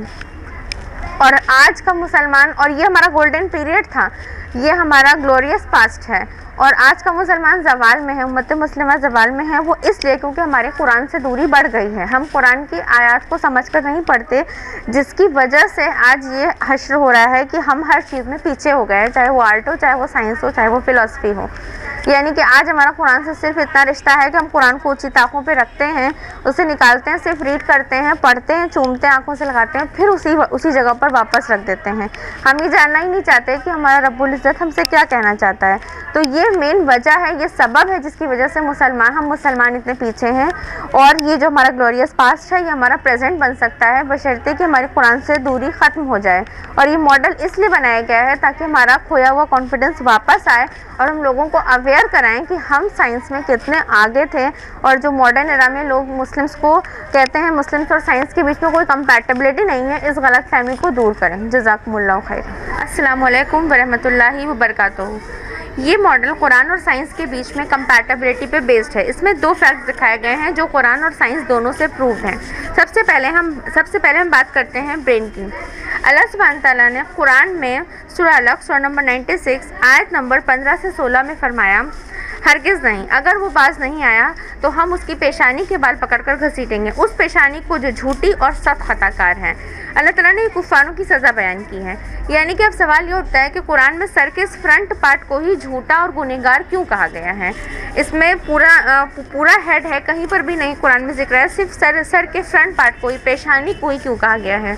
साइंस ने हमें लास्ट सेंचुरी में बताया कि ये जो सर का प्री फ्रंटल लोब एरिया होता है, इसी में सारी प्लानिंग होती है, किसी अच्छे और बुरे काम को उभारने की, सच बोलने की, झूठ बोलने की, यानी जितनी भी एक्टिविटीज़ होती हैं सब इस प्री फ्रंटल लोब एरिया में होती हैं। तो इसलिए कुरान में इस फ्रंट पार्ट को झूठा और ख़ताकार कहा गया है। यानी कि साइंस ने हमें ये फंक्शंस लास्ट सेंचुरी में बताया, हेड के ये फंक्शंस लास्ट सेंचुरी में बताया, जबकि कुरान में ये बात 1400 साल पहले ही अल्लाह सुब्हान तआला ने वाज़ेह कर दी।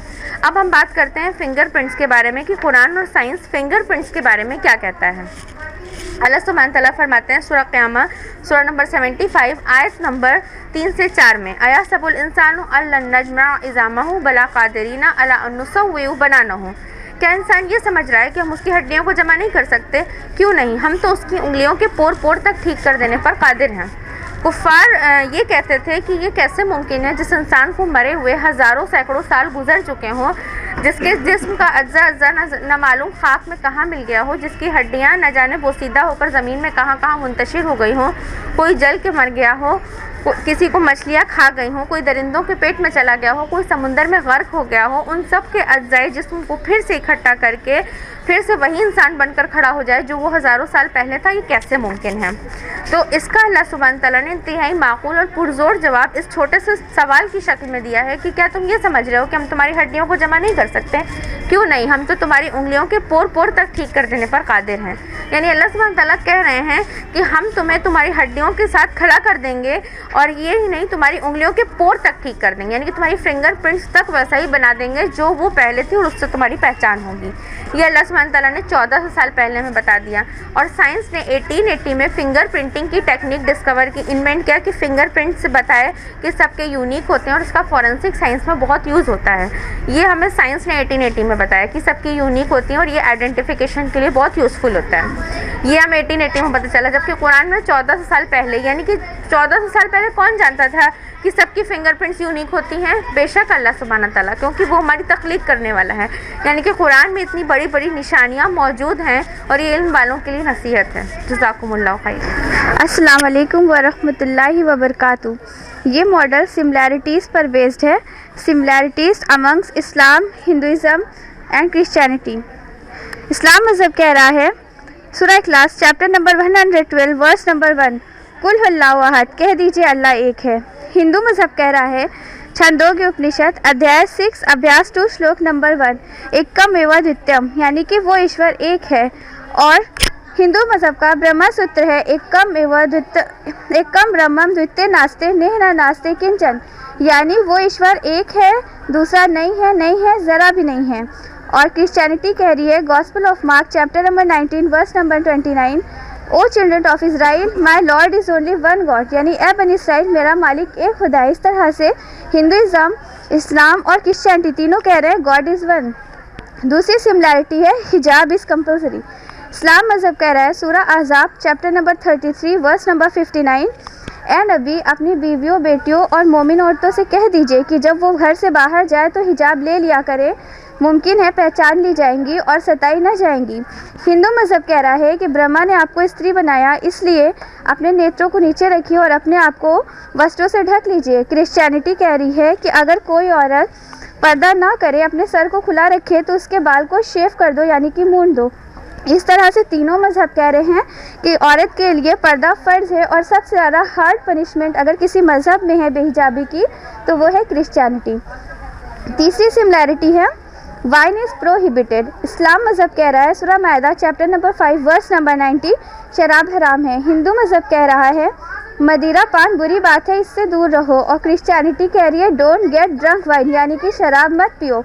इस तरह से इस्लाम, क्रिश्चियनिटी और हिंदुइज़्म तीनों ही कह रहे हैं गॉड इज़ वन, हिजाब is compulsory and wine is prohibited. ये दावती मॉडल है, इसके ज़रिए हम अपने नॉन मुस्लिम भाई बहनों को सिमिलैरिटीज़ के बेस पर इस्लाम की दावत देते हैं। ये मॉडल यजुर्वेद अध्याय 40 श्लोक नंबर 9 पर बेस्ड है।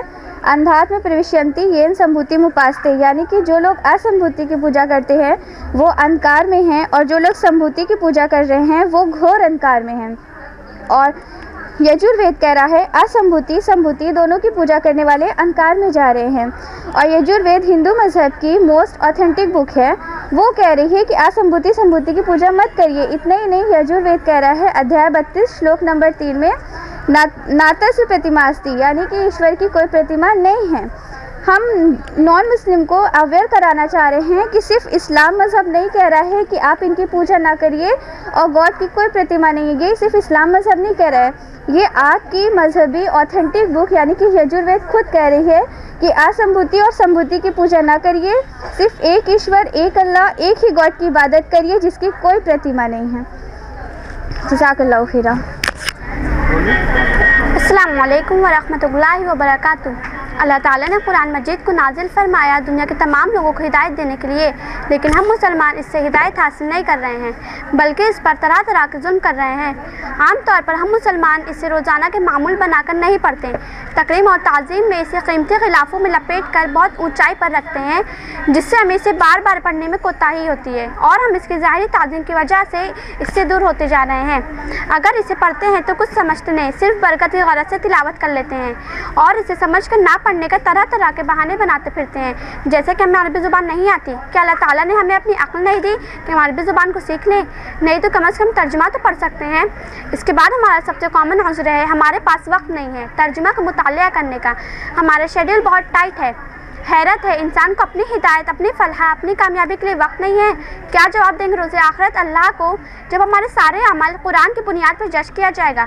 हमें टीवी पर बेहयाई देखने की फ़ुर्सत है, इंटरनेट पर चैटिंग करने की फ़ुर्सत है, वक्त नहीं है तो कुरान की स्टडी करने का। कुरान को समझ कर ना पढ़ने का हमारा अगला बहाना है कुरान हमारे और आपके समझने की चीज़ नहीं है, ये उलमा के समझने की चीज़ है, ये हमारे समझ में नहीं आएगा।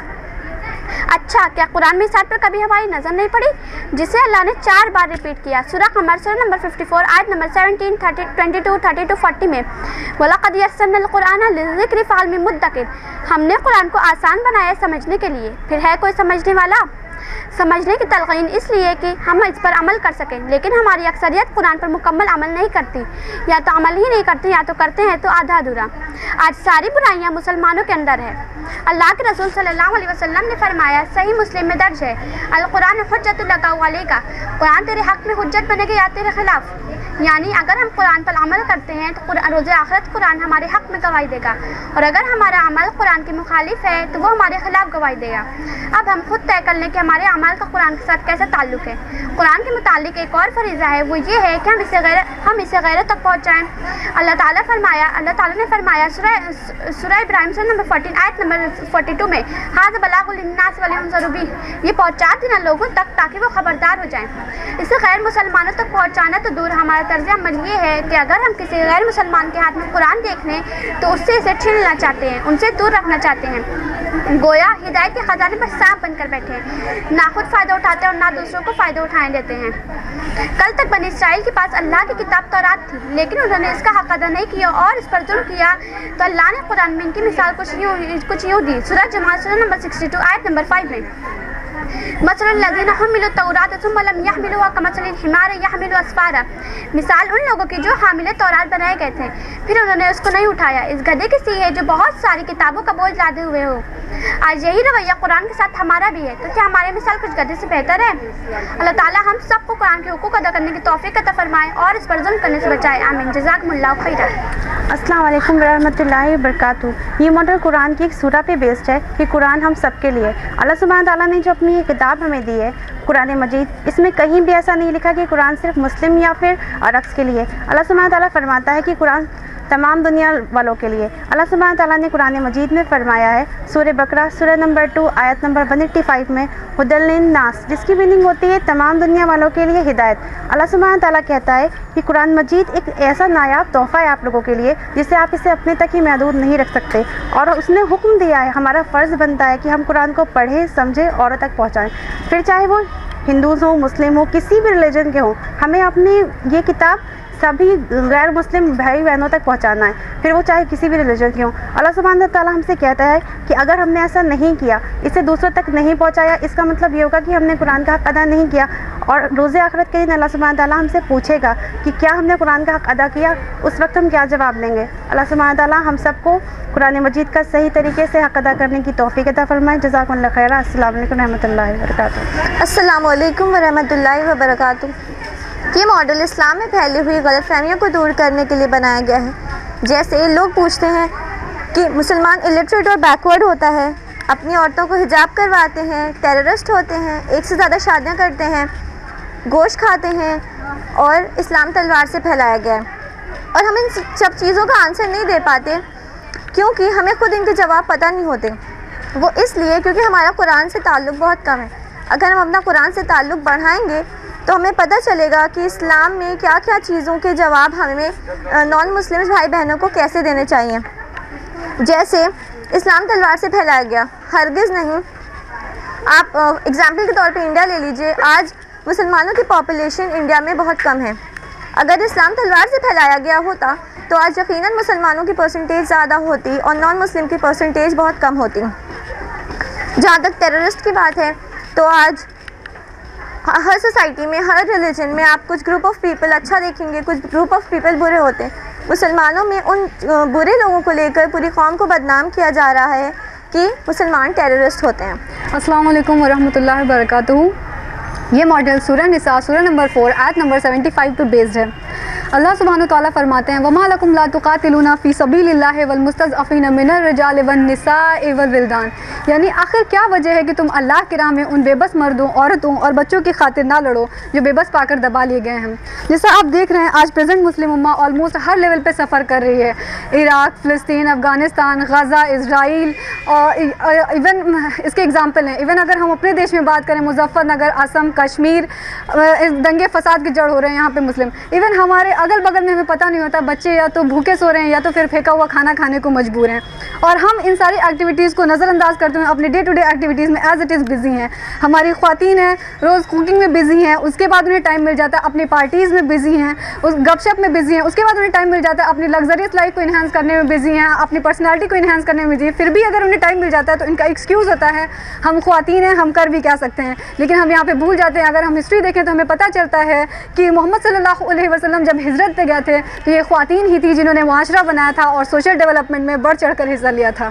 तो एज अ ख़वातीन हम बहुत कुछ कर सकते हैं। एक तरफ हमारे मेल हजरात हैं जो कि बहुत ज़्यादा बिजी हैं अपने नेम एंड फेम अर्न करने में, उन्हें ज़्यादा से ज़्यादा पैसा अर्न करना है, डे टू डे अपने बिजनेस एक्टिविटीज़ को एक्सटेंड करना है, इसलिए अपने चारों ओर ध्यान नहीं दे सकते।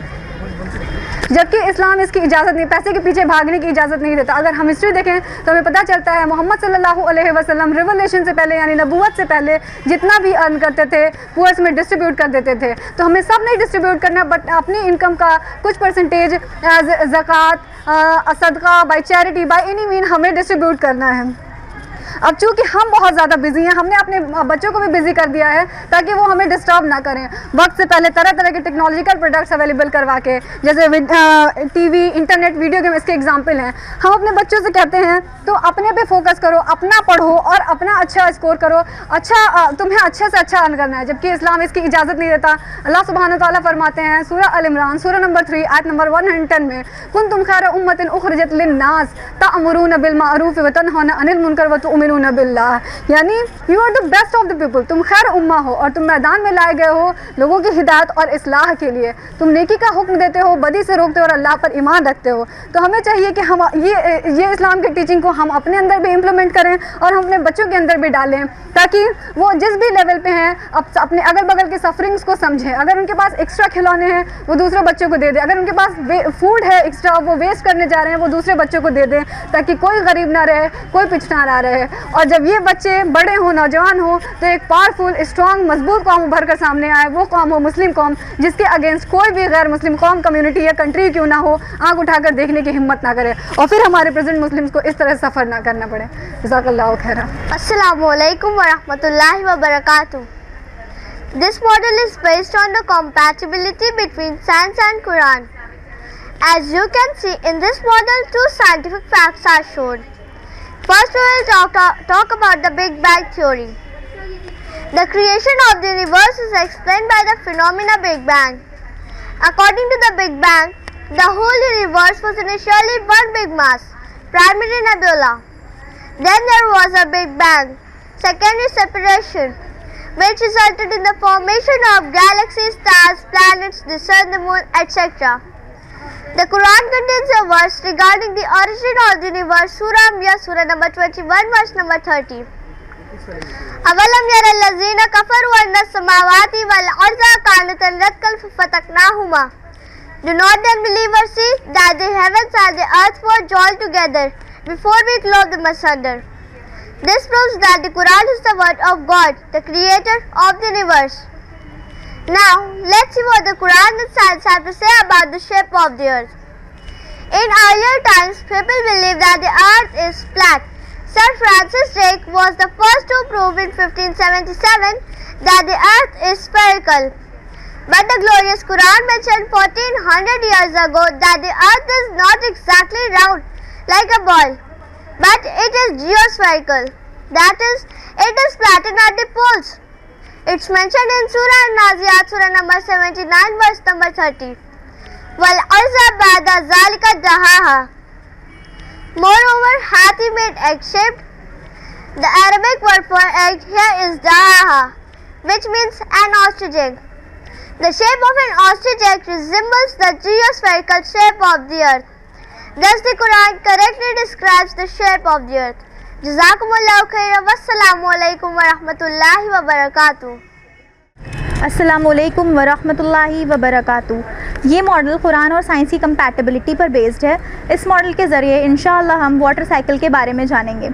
ईयर 1580 में बर्नार्ड पैलेसी ने सबसे पहले वाटर साइकिल को एक्सप्लेन किया।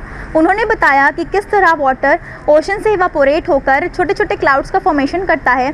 ये छोटे क्लाउड्स, जिन्हें क्यूमुलस क्लाउड कहते हैं, जब इन्हें विंड पुश करता है तो ये बिग हैवी क्लाउड्स बनाते हैं जिन्हें क्यूमुलोनिम्बस क्लाउड कहते हैं। ये क्यूमुलोनिम्बस क्लाउड क्योंकि हैवी हो जाते हैं इसलिए आसमान में बहुत देर तक ऐसे ही नहीं रह सकते, तो ये ज़मीन पर गिरने लगते हैं जिसे हम बारिश कहते हैं। बारिश के पानी का कुछ हिस्सा ज़मीन के अंदर एब्जॉर्ब हो जाता है जो कि ग्राउंड वाटर रिचार्ज करता है। ये ग्राउंड वाटर फिर ट्यूबवेल और वेल के ज़रिए हम यूज़ में लाते हैं। बाकी का जो वाटर होता है बारिश का वो बहकर नदियों नालियों से होता हुआ वापस समुद्र में आ जाता है, जिसे हम यहाँ पर जो एक साइकिल बना कि वाटर जहाँ से इवापोरेट हुआ था, मीन्स ओशन से इवापोरेट हुआ था और वापस बहकर ओशन में आ गया, इसे ही हम वाटर साइकिल कहते हैं।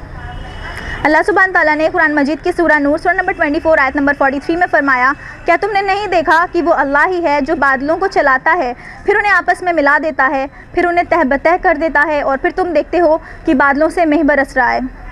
अल्लाह सुब्हान ताला ने फरमाया कुरान मजीद की सूरा ज़ुमर सूरा नंबर 39 आयत नंबर 21 में, क्या तुमने नहीं देखा कि वो अल्लाह है जो आसमान से पानी नाजिल करता है, फिर उसके चश्मे जारी करता है, फिर उससे खेती उगाता है जिसके मुख्तलिफ रंग होते हैं। सिर्फ इतना ही नहीं, अल्लाह सुब्हान ताला ने कुरान मजीद की ऐसी बहुत सारी आयत हैं जहाँ पर वाटर साइकिल को एक्सप्लेन किया, जैसे कि सूरा अर-राद सूरा नंबर 13 आयत नंबर 17, सूरा अल-हिज्र सूरा नंबर 15 आयत नंबर 22, सूरा अल-मुमिनून सूरा नंबर 23 आयत नंबर 18, सूरा अल-वाक़िया सूरा नंबर 56 आयत नंबर 68 to 70। सिर्फ इतना ही नहीं, अल्लाह सुब्हान ताला ने कमोबेश 20 ऐसी आयत हैं जहाँ पर वाटर साइकिल को ग्रेट डिटेल में एक्सप्लेन किया है। ये सारी बातें साइंस ने हमें पिछली कुछ सेंचुरीज़ में मॉडर्न टेक्नोलॉजीज़ और मॉडर्न इक्विपमेंट्स यूज़ करके बताया, जबकि अल्लाह सुब्हान ताला ने ये सारी बातें हमें 1400 साल पहले मीन्स 1400 ईयर्स पहले उस टाइम पे कुरान मजीद के ज़रिए बताई। तब ना ये मॉडर्न इक्विपमेंट्स होते थे, ना ही ये मॉडर्न टेक्नोलॉजीज़ होती थी। तो सोचने वाली बात है कि ये सारी बातें हमें उस टाइम पे कौन बता सकता है? वही बता सकता है जो सच में इनका बनाने वाला, इन सारी चीज़ों का रियल क्रिएटर है, और वो सिर्फ़ और सिर्फ अल्लाह सुब्हान व तआला है। तो ये सारी बातें हमें सिर्फ अपने तक महदूद नहीं रखनी है, बल्कि ये हमारी रिस्पॉन्सिबिलिटी है, ये हमारा फ़र्ज़ है कि हम ये सारी बातें अपने गैर मुसलमान भाई बहनों तक भी पहुँचाएँ। जज़ाकुमुल्लाह खैर, वस्सलामु अलैकुम व रहमतुल्लाहि व बरकातुहू। अस्सलामु अलैकुम व रहमतुल्लाहि व बरकातुहू। हमारा ये मॉडल निकाह के तरीक़े पर मबनी है। हमारे रसूल मोहम्मद सल्लल्लाहु अलैहि वसल्लम ने अपना निकाह मस्जिद में किया। आप सल्लल्लाहु अलैहि वसल्लम के सहाबा इकराम ने भी अपने निकाह को बड़ी सादगी के साथ हूबहू आप सल्लल्लाहु अलैहि वसल्लम के तरीक़े पर मस्जिद में ही किया, बग़ैर किसी जहेज़ के, बग़ैर किसी बारात के और बग़ैर किसी रस्म के। और आज जब हम निकाह करते हैं तो हम सल्लल्लाहु अलैहि वसल्लम का तरीक़ा छोड़कर हम अपने तरीक़ों पर निकाह करते हैं। हम जब अपने बेटे का निकाह करने जाते हैं तो एक लंबी चौड़ी बारात लेकर जाते हैं और लड़की वालों पर बोझ बनते हैं और उनको परेशान करते हैं, और हम चाहते हैं कि वो हमारी खूब खातिर तवाज़ो करें। उनसे ज़रा सी भी कमी रह जाती है तो हम उनको खरी खोटी भी सुना देते हैं। हम बारातों में पटाखे बजाते हैं और हम सोचते हैं कि हम अपनी खुशियों को सेलिब्रेट कर रहे हैं, लेकिन हम ये भूल जाते हैं कि हम अल्लाह के दिए हुए माल को आग लगा रहे हैं, और हमें एहसास भी नहीं होता है कि अल्लाह हमसे इसकी बासपुर्स करेगा। हम निकाह करने यानी सुन्नत अदा करने जाते हैं तो डीजे को साथ में ले लेते हैं, यानी म्यूज़िक को हम सुन्नत के साथ जोड़ देते हैं, और हम सोचते हैं कि हम अपनी खुशियाँ मना रहे हैं, लेकिन हम ये भूल जाते हैं कि हम हराम चीज़ को सुन्नत के साथ जोड़ने का गुनाह भी अपने सर ले रहे हैं और हमें एहसास ही नहीं है। हम जब अपनी बेटी का निकाह करते हैं तो उसको लंबे चौड़े जहेज़ देते हैं, बड़े बड़े गेस्ट हाउस सजवाते हैं, और हम सोचते हैं कि हमारा माल हम अपनी मर्ज़ी से अपनी बेटी पर सर्व कर रहे हैं। हमें इस बात का एहसास ही नहीं रहता है कि हमारे ही समाज में एक ऐसा तबका भी है जो गरीब है, जिसके पास पैसे नहीं हैं, वो ये इंतज़ामात नहीं कर सकता, वो इतना जहेज़ नहीं जमा कर सकता, तो फिर उसको रिश्ते कैसे मिलेंगे, उनकी शादियाँ कैसे होंगी? आखिरकार अंजाम वही होता है, उनको रिश्ते नहीं मिलते, उनकी बेटियाँ बहुत बहुत दिनों तक बग़ैर निकाह के बैठी रह जाती हैं, हत्ता कि उम्र भर बैठी रह जाती हैं। उनके माँ बाप डिप्रेशन का शिकार होते हैं। उनके भाई और बाप जब ये इंतज़ाम नहीं कर पाते तो मजबूर होकर हराम तरीक़े से यानी गलत तरीके से पैसा कमाना शुरू करते हैं, और उस हराम कमाई से अपनी बहन का और अपनी बेटी का निकाह करते हैं। यानी वो कभी चोरी करते हैं, कभी डाका डालते हैं, कभी रज़नी करते हैं, और कभी किसी का कत्ल भी कर देते हैं, और उस हराम कमाई से, उस जुर्म के पैसे से सुन्नत अदा करते हैं यानी निकाह करते हैं। तो इसमें ज़िम्मेदार कौन है? हम ही लोग हैं। हम लोगों ने निकाह को इतना मुश्किल बना दिया है कि एक सुन्नत अदा करने के लिए लोगों को जुर्म करना पड़ता है, और उसका गुनाह भी हमारे सर आता है और हमें एहसास ही नहीं है। अब हमें वापस पलटना है अपने रसूल मोहम्मद सल्लल्लाहु अलैहि वसल्लम की सुन्नत की तरफ, और हम सादगी के साथ निकाह करना है। हम अगर ऐसा नहीं करेंगे तो हम खुद भी गुनाहगार होंगे, हम दूसरों को भी परेशान करेंगे। इसलिए अब हमें चाहिए कि हम निकाह करें तो रसूलुल्लाह सल्लल्लाहु अलैहि वसल्लम के तरीक़े पर करें, यानी सुन्नत को अदा कर रहे हैं तो सुन्नत के तरीक़े पर ही अदा करें।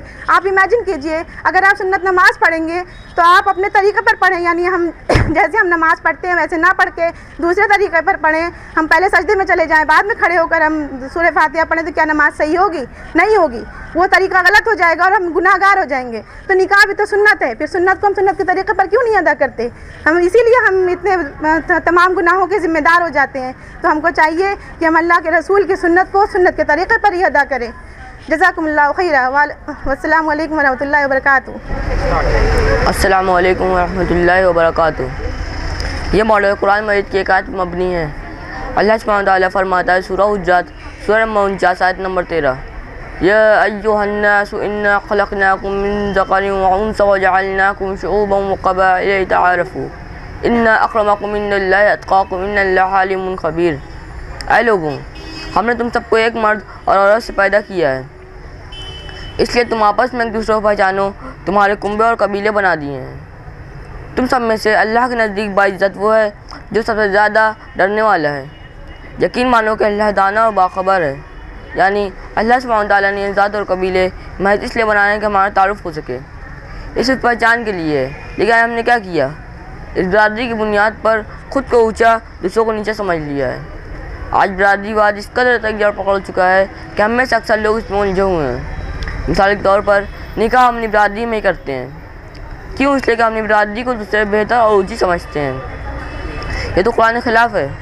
कभी हम ज़ात बरादरी के नाम पर बटे हुए तो कभी अकीदा और मसलकों के नाम पर, कोई देवबंदी है, कोई बरेलवी है, कोई अहले हदीस है, तो कोई हनफी है, शाफ़ई है, मालिकी है, हम्बली है। क्या कोई मुसलमान भी है? क्या कोई कुरान पर अमल करने वाला भी है? अल्लाह की नज़र में बनना है तो सैयद या अंसारी, देवबंदी या बरेलवी, हनफी, शाफ़ई नहीं बनना पड़ेगा, बल्कि अल्लाह की नज़र में बेहतर वो है इसके पास तक़वा है। अल्लाह सुब्हानहू व तआला हमारे तक़वा की सिफ़ात पैदा करे और हम सब में इत्तेहाद कायम करे। हम सभी मुसलमानों को दुनिया और आखिरत में इज़्ज़त और बुलंदी अता करे। आमीन। जज़ाकल्लाहु खैरन। अस्सलामु अलैकुम वरहमतुल्लाहि वबरकातुहू। अस्सलामु अलैकुम वरहमतुल्लाहि वबरकातुहू। ये मॉडल सफाई की अहमियत पर बना है। हम इंसानों के लिए सफाई बेहद ज़रूरी है और इस्लाम में तो सफाई की इतनी ज़्यादा इंपॉर्टेंस है कि बिना वज़ू हमारी नमाज तक कबूल नहीं हो सकती। हदीस है सही बुखारी किताबुल वज़ू बाब नंबर 97 हदीस नंबर 135, बिना वज़ू नमाज कबूल नहीं। रसूलुल्लाह सल्लल्लाहु अलैहि वसल्लम ने तो पाकी को आधा ईमान बताया है। हदीस है अत्तहुरुल शत्रुल ईमान। इस हदीस से हम अंदाज़ा लगा सकते हैं कि सफाई हमारे लिए कितनी अहमियत रखती है। आज हम देखते हैं न्यूज़ चैनल्स, न्यूज़पेपर्स में सफाई को लेकर कितने सारे कैंपेन्स चलाए जा रहे हैं जिससे पॉलिटिशियंस अपनी पॉलिटिक्स चमका रहे हैं। आज हम देखते हैं न्यूज़ चैनल्स, न्यूज़पेपर्स में सफाई को लेकर कितने सारे कैंपेन्स चलाए जा रहे हैं जिससे पॉलिटिशियंस अपनी पॉलिटिक्स चमका रहे हैं। ये सारे कैंपेन्स आज चलाए जा रहे हैं, लेकिन इस्लाम ने तो हमें सफाई की अहमियत सदियों पहले ही बता दी। रसूलुल्लाह सल्लल्लाहु अलैहि वसल्लम हमेशा सफ़ेद कपड़े पहनना पसंद करते थे क्योंकि सफ़ेद पर डर्ट आसानी से और जल्दी नज़र आता है। लेकिन बहुत अफसोस की बात है कि आज मुसलमानों और उनके मोहल्लों को गंदा कहा जाता है, जबकि हमारा दीन तो हमें पाक साफ़ रहने का हुक्म देता है। तो फिर हम कैसे इसमें पीछे रह सकते हैं? हमें तो सफाई के हर मामले में हर एक से आगे रहना चाहिए। जैसा कि आप देख सकते हैं मेरे मॉडल में, ये एक सोसाइटी इतनी साफ़ सुथरी, नीट एंड क्लीन है और एक सोसाइटी इतनी गंदी है। हम किस तरह की सोसाइटी में रहना पसंद करेंगे? ऑब्वियसली हम साफ़ सुथरी अच्छी जगह पे रहना पसंद करेंगे, क्योंकि अगर हमारे आसपास सफाई नहीं होगी तो इससे हमारी हेल्थ को भी बहुत प्रॉब्लम फेस करनी पड़ सकती है। तो हमें ना सिर्फ खुद को और अपने घर को बल्कि अपने आसपास रोड और पार्क को भी साफ़ रखने की बेहद ज़रूरत है। ये हमारा फ़र्ज़ है, हमें इसे भूलना नहीं चाहिए। जज़ाकुमुल्लाहु खैर। अस्सलामु अलैकुम वरहमतुल्लाहि वबरकातुहू। Assalamu alaikum wa rahmatullahi wa barakatuh. This model is based on education for both the worlds. In our Muslim society, we have doctors, engineers, officers, and many more successful people. But most of them are materialistic. They do not even know basics of Islam, teaching of Islam. They are unaware with Quran and Sunnah. On the other hand, there are some people who know Quran and Sunnah, halal and haram, but they are not aware with science and technology. They are not compatible with the modern era. However, the need of art is to know both Quran and Sunnah and science technology. Islam does not discriminate between knowledge of art and knowledge of deen. In fact, beloved Prophet Hazrat Muhammad sallallahu alaihi wasallam said, Sunan Ibn Majah, Volume 1, Chapter 17, Hadith 224, Talabul ilmi faridatun ala kulli Muslim means seeking knowledge is obligatory for every Muslim. In this hadith, there is no mentioning of ilm din and ilm dunya. So we need pious doctors, engineers, officers are very well acquainted with Quran and Sunnah so that they may be successful in both the worlds. Jazakallahu khairan kaseera. अस्सलामु अलैकुम वरहमतुल्लाहि वबरकातुहू। ये model Quran मजीद की एक आयत पर मबनी है। सूरह तहरीम सूरह नंबर 66 आयत नंबर 6, या अय्युहल्लज़ीना आमनू क़ू अनफुसकुम व अहलीकुम नारा, है ईमान वालों तुम अपने आप को और अपने घर वालों को जहन्नुम की आग से बचाओ। अल्लाह सुब्हानहू व तआला ने हमें अपने साथ साथ अपने घर वालों को भी जहन्नुम की आग से बचाने की हिदायत दी है, लेकिन क्या आज हम ये कोशिश कर रहे हैं? क्या हम अपने घर वालों को ऐसी हिदायत, ऐसी तरबियत दे रहे हैं जो उन्हें जहन्नुम की आग से बचाए? अगर हम अपने बच्चों को कुरान और सुन्नत की रोशनी में पालेंगे, उन्हें अल्लाह के रसूल सल्लल्लाहु अलैहि वसल्लम की सीरत, उनकी हदीसों के बारे में बताएंगे, तो इंशाअल्लाह वो बड़े होकर मुत्तकी बनेंगे, सोसाइटी के लिए मुफीद अफराद बनेंगे और नेक अमल करेंगे। अगर हम उन्हें झूठ, गीबत, चुगली, बेहयाई इन सब का माहौल देंगे तो उसकी खबासत उनमें आकर ही रहेगी। बच्चे माँ बाप की मिरर इमेज होते हैं, मीन्स उनका अक्स होते हैं। माँ बाप का अमल जो भी होता है बच्चों का भी अमल वैसा ही होता है। अगर हम झूठ बोलेंगे तो हमारे बच्चे कभी नहीं सीख सकते कि सच बोलना है। अरबी की कहावत है कमा तज़राउ तासदू, जैसी खेती वैसा काटना, या जैसा बोना वैसा काटना, गार्बेज इन गार्बेज आउट। सारी लैंग्वेजेस में ये कहावत है। इसलिए हमें कोशिश करनी चाहिए कि हम अपने बच्चों को ऐसी तरबियत, ऐसी तालीम दें जो उन्हें बुराई से रोके। बच्चे एक ब्लैंक डीवीडी के भी एग्जाम्पल में आते हैं। जिस तरह से हम ब्लैंक डीवीडी में कुछ भी रिकॉर्ड करेंगे, प्ले होने पर हमें वही नज़र आएगा। अगर हम उसमें फुहश चीज़ें रिकॉर्ड करेंगे तो वो कुरान की किरत प्ले नहीं हो सकती। इसलिए हमें ज़्यादा से ज़्यादा कोशिश करनी चाहिए कि जब हमारे बच्चे छोटे हों, सबसे पहले हमें अपना अमल सुधारना चाहिए, हमें अपने अमल को चेक करना चाहिए कि हम क्या कर रहे हैं। उसके बाद हमारे बच्चे जब बिल्कुल छोटे हों तो उन्हें उसी टाइम से कुरान, सुन्नत, हलाल, हराम इन सभी बातों का इल्म इस तरह से देना चाहिए कि वो बुराई से नफ़रत करने लगे और नेक अमल करें। इंशाअल्लाह यही हमें भी और उन्हें भी जहन्नम की आग से बचा सकेगा। जज़ाकुमुल्लाहु खैरा। अस्सलामु अलैकुम वरहमतुल्लाहि वबरकातुहू।